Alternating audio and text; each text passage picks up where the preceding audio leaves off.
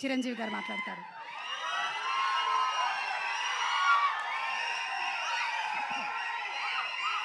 Thank you so much. Thank you. అందరికీ నమస్కారం.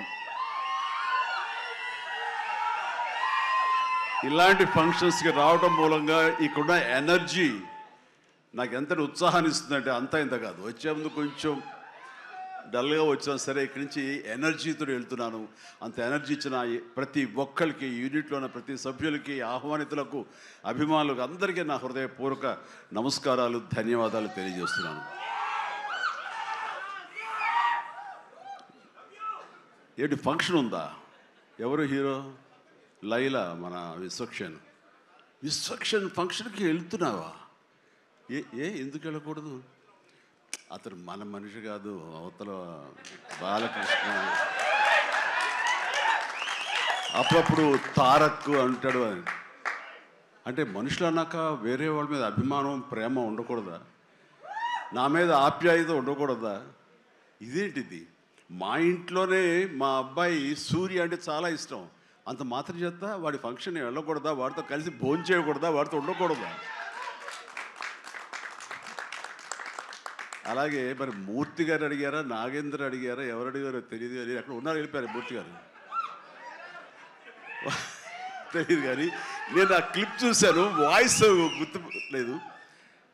మీరు బాలకృష్ణ కాంపౌండ్ కదా విశ్వక్సేన్, ఇప్పుడు మెగా కాంపౌండ్ నుంచి ఆయన ఎలా వచ్చారు అని చాలా చక్కగా సమాధానం చెప్పాడు. మా ఇంటికి కాంపౌండ్ ఉంది కానీ ఫిలిం ఇండస్ట్రీ కాంపౌండ్ లేదని. I appreciate. నిజమే, ఇక్కడ గిరుకు తీసుకుని ఎప్పటికప్పుడు ఏ హీరోలకు ఆ హీరోలా ఉండే రోజులు నిజంగా ఉన్నాయి, లేకపోలేదు. షూటింగ్ల వరకే.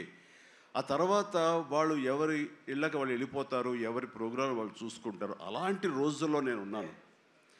వాళ్ళు అలా ఉండటం మూలంగా వాళ్ళ మధ్య సఖ్యత ఉండదేమో, వాళ్ళ మధ్య ఒక విభేదాలు ఉంటాయేమో అనే ఒక రకమైన భ్రమలో ఇక్కడ అభిమానులు కొట్టుకుని చచ్చేవాళ్ళు.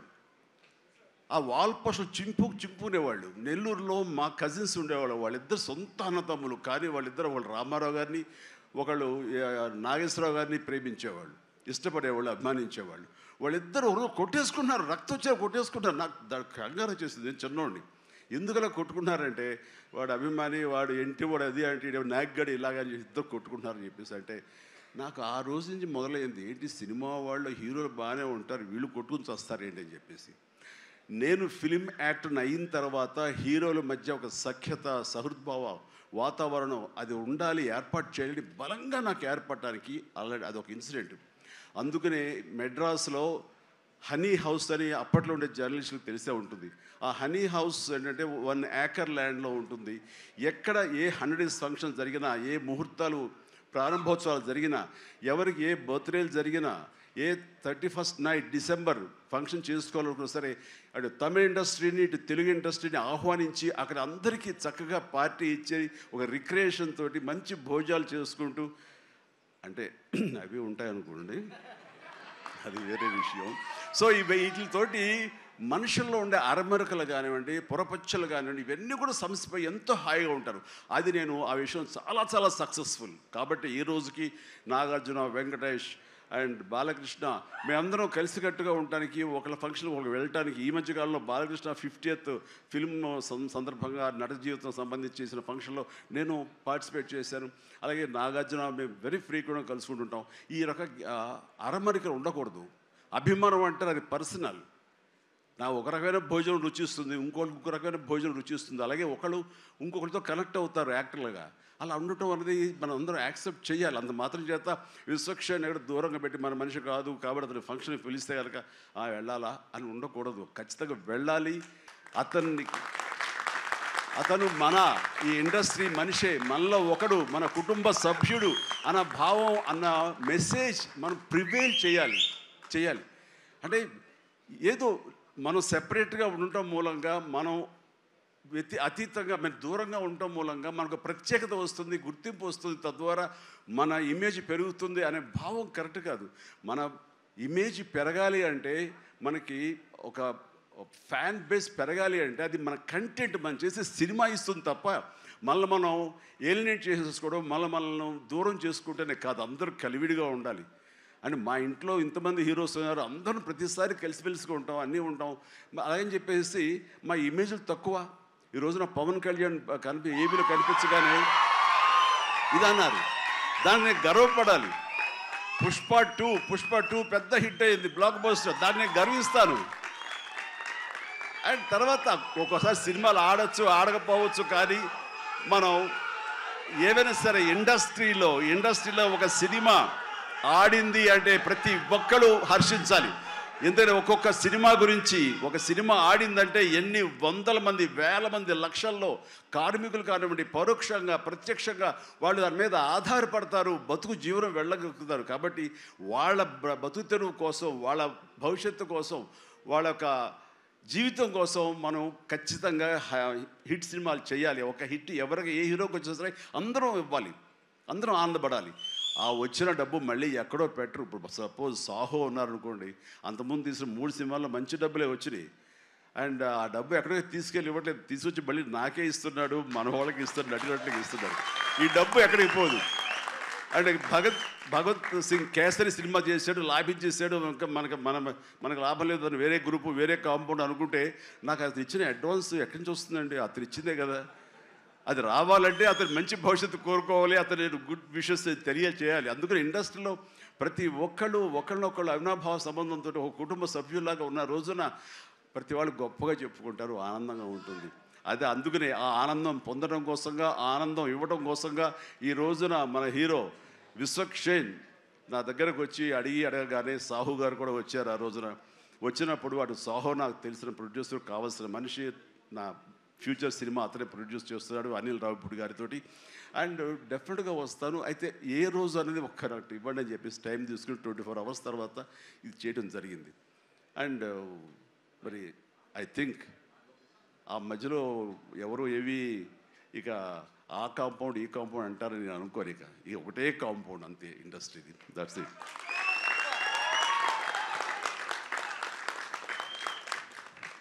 ఇక ఈ సినిమా ట్రైలర్ చూసిన తర్వాత నాకు ఎక్కడో మనం ఉండే పెద్దరికాంతో మనం సంసార పక్షంగా ఉంటున్నాం, మన కుటుంబం అని, కానీ ఎక్కడో అన్నగారిపోయినటువంటి ఉంటే సరే అది ఆ కోరికలు గబుక్కుని పెళ్ళు బుక్కింది. ఆఫ్టర్ ట్రైలర్ మనిషి కొంచెం మోటుగా ఉన్నాడు, ప్రౌఢలాగా అనిపిస్తున్నాడు, కానీ గ్లామర్ తగ్గలేదు, కసుక్కని అనిపిస్తున్నాడు. ఈ అమ్మ అసలు అది విశ్వక్షేణ్ కాకుండా నిజంగా ఆడపిల్ల అయి ఉంటే ఎక్కడో గుండె జారి కొంచెం గల్లంత అయ్యేదేమో అనిపించింది ఆ మురుగు నాకు. అంత గ్లామర్గా ఉన్నాడు. నేను చేశాను ఆ సినిమాలో, తర్వాత నరేష్ చేశాడు, అలాగే రాజేంద్ర ప్రసాద్ గారు ఇంకో సినిమాలో చేశారు. ఇవన్నీ కూడా బాగా ఆడినాయి. ఇందాక ఆయన చెప్పినట్టుగా, మన అనిల్ రావిపూడి గారు చెప్పినట్టుగా అన్నీ కూడా మంచి హిట్స్ అయినాయి. ఈ సినిమా కూడా ఖచ్చితంగా హిట్ అవుతుంది. అది హిట్ అవ్వాలని కోరుకుంటున్నాను. హిట్ గ్యారంటీ ఈ సినిమాని. అంటే ఒక హీరో అంత రగ్గడగా, అంత టఫ్గా, అంత మొరటగా ఉండే మాస్ మనిషి అంత నాజుగ్గా నవనవలాడుతూ ఛాన్స్ దొరికి పక్కన ఉండుంటే కనుక బుగ్గ కొరికే అనిపించే అంత ఫీలింగ్ ఉంది. అంటే అండ్ డెఫినెట్లీ ప్రతి వాళ్ళు ఆ కోరిక తీర్చుకోవడం కోసంగా, చూసుకుంటూ ఉండడం కోసంగా వెళ్తారని అనుకుంటున్నారు. ఖచ్చితంగా వెళ్తారు, ఆనందిస్తారు. అండ్ విశ్వక్షేణ్ అటు మాస్గా చేశాడు, ఇటు క్లాస్గా అమ్మాయిగా రాణించేలా బాగా చేశాడు. అండ్ కథాంశంలో రామ్ నారాయణ డైరెక్టర్ చాలా ఎంటర్టైన్మెంట్ తోటి కామెడీగా ఉండేలాగా మొత్తం చాలా బాగా చేశాడని సాహు వాళ్ళు చెప్తుంటే కనుక ఎక్సలెంట్. ఈ రోజున అది కావాలి. అండ్ అనిల్ రావిపూడి తీసినటువంటి సినిమా నేను మొన్న చూసినప్పుడు నాకు ఆద్యంతం ఎక్కడ ఏంటి లాజిక్గా ఏమి పట్టించుకోలేదు. అసలు ఎక్కడ ఏం జరుగుతుందో అనేది లేదు. మరి మన పెద్ద ఆయన ఏం రాశారో తెలియదు, కానీ దాని మీద రివ్యూస్ ఎలా ఉన్నారా? ఆయన ఏం రాస్తారో నేను చూడలేదు, కానీ నా లాజిక్ అది పట్టించుకోకపోతే మాత్రం ఆద్యంతో సినిమా నేను నవ్వుతూనే ఉన్నాను, ఎంటర్టైన్ అవుతూనే ఉంది. వెంకటేష్ గారిని వీళ్ళంతా చేశారు.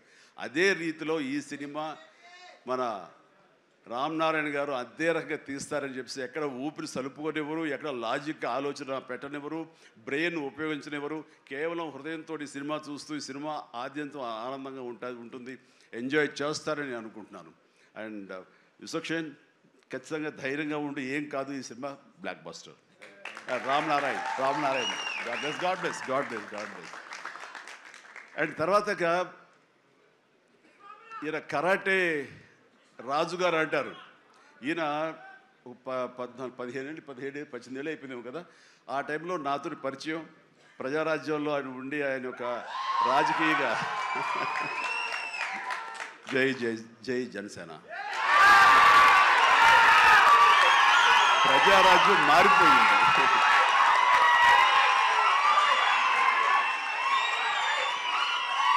ప్రజారాజ్యం రూపాంతరం చెందింది జనసేనగా. I'm very happy. ఆ రోజున పొలిటికల్గా తను రావాలి అని, పొలిటికల్ ఎదగాలని తన ఇంట్రెస్ట్ అని చెప్పినప్పుడు నేను వెంటనే ఆయనకు అవకాశం ఇవ్వడం జరిగింది. బట్ పరిస్థితులు ఇంకోలాగా ఉండేది.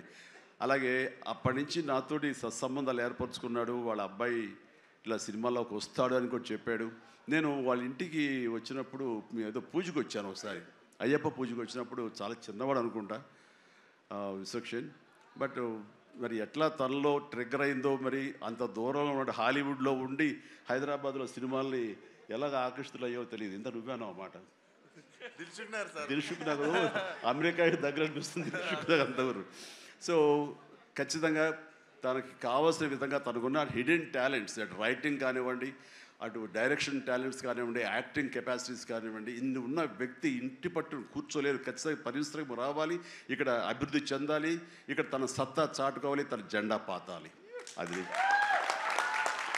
అండ్ అలాంటి అవకాశాలు నిండుగా మెండుగా ఉన్నాయి. ఇప్పటికే ప్రూవ్ చేస్తూ వెళ్ళిపోయాడు. ఇంకా ఈ సినిమా తర్వాత ఆడవాళ్ళ గుండెల్లో మగవాళ్ళ గుండెలో స్థానం సంపాదించుకుంటాడు.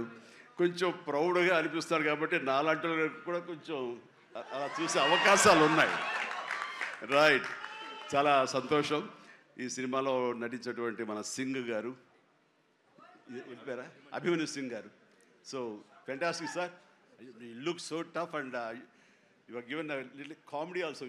You did it fantastic. I could gauge with the small expressions. And then Dilip గారు, మనం 30 years దిలీప్ గారు ఎప్పటి నుంచో ఉన్నారు. జనసేన అన్నప్పుడల్లా ఆయన మొహం చాలా ఆనందం ఉంటుంది. సో జన సైనికుడు. అండ్ పృథ్వీ గారికి, అలాగే మా పాత స్నేహితుడు ఆ పృథ్వీ గారికి కూడా నేను మనస్ఫూర్తిగా నా అభినందనలు తెలియజేస్తున్నాను. And very happy. ప్రతి ఒక్కళ్ళు అందులో అనుష్క ఆకాంక్ష చాలా గ్లామర్గా కనిపించింది. అలాగే కామాక్షి, ఇక నేను మర్చిపోలేని పేరు, ఈ టచ్ ద్వారా ఇక తన పేరు మర్చిపోలేను. అందుకనే తను షేక్ హ్యాండ్ ఇచ్చింది. కాబట్టి ఇక థ్యాంక్స్ అమ్మా. కొంచెం అమ్మాయిల పేరు గుర్తుంచుకోవడంలో కొంచెం వీక్ నేను. Right. So you have a great future. Definitely you will come up. And Telugu industry definitely welcomes you for both of you. ఇక్కడ మన కామాక్షి ఏదో మాట్లాడుతుంటే నా చెవిలో గుసగుసలాడాడు. మన అనిల్ రావుపూడి ఏం చెప్తాడా ఏంటి, మళ్ళీ ఏమి వినాల్సి వస్తుంది ఏంటి అన్నాను. కాదండి, మన దాంట్లో ఒక పోలీస్ ఆఫీసర్ క్యారెక్టర్ ఏదో ఉంది, అలాంటిది ఏదైనా అమ్మాయికి ఇస్తే బాగుంటుంది కదా అన్నాడు.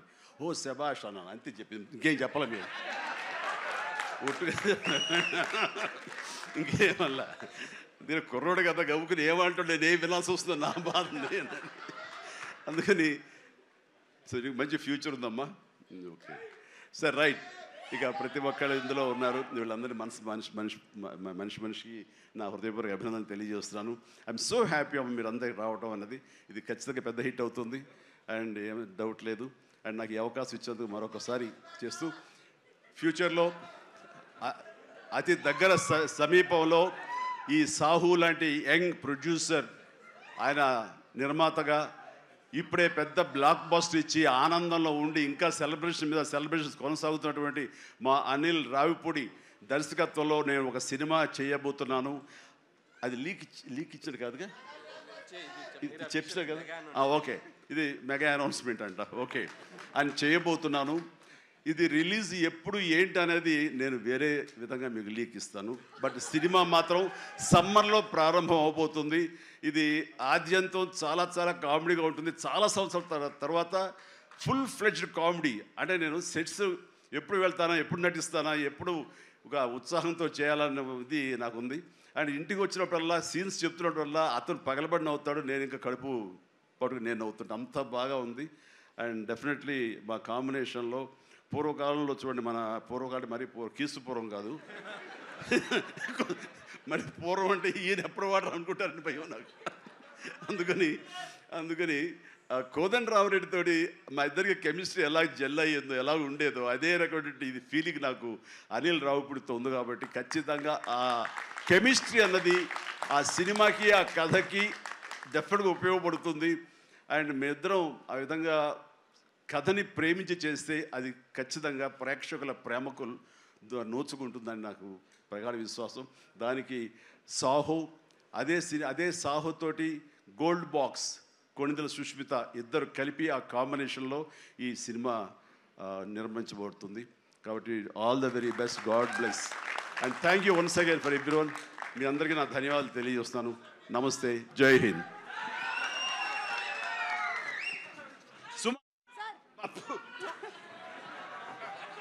Hello,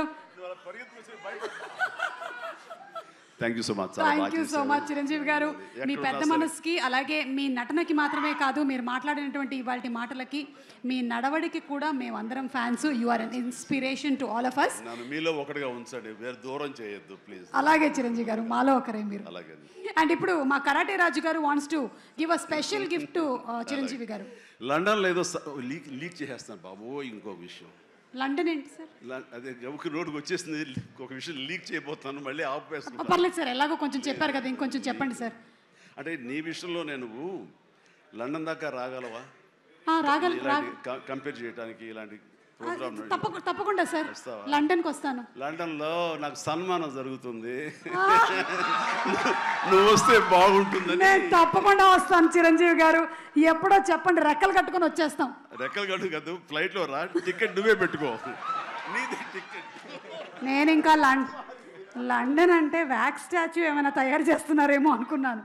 okay, so thank you, that's sir Chiranjeevi గారు. చిరంజీవి గారి సెన్స్ ఆఫ్ హ్యూమర్కి విశ్వంబర సినిమా తర్వాత రాబోతున్నటువంటి సినిమా పెద్ద బ్లాక్ బస్టర్ హిట్ అవ్వాలని మనస్ఫూర్తిగా కోరుకుంటూ ఉన్నాము. అండ్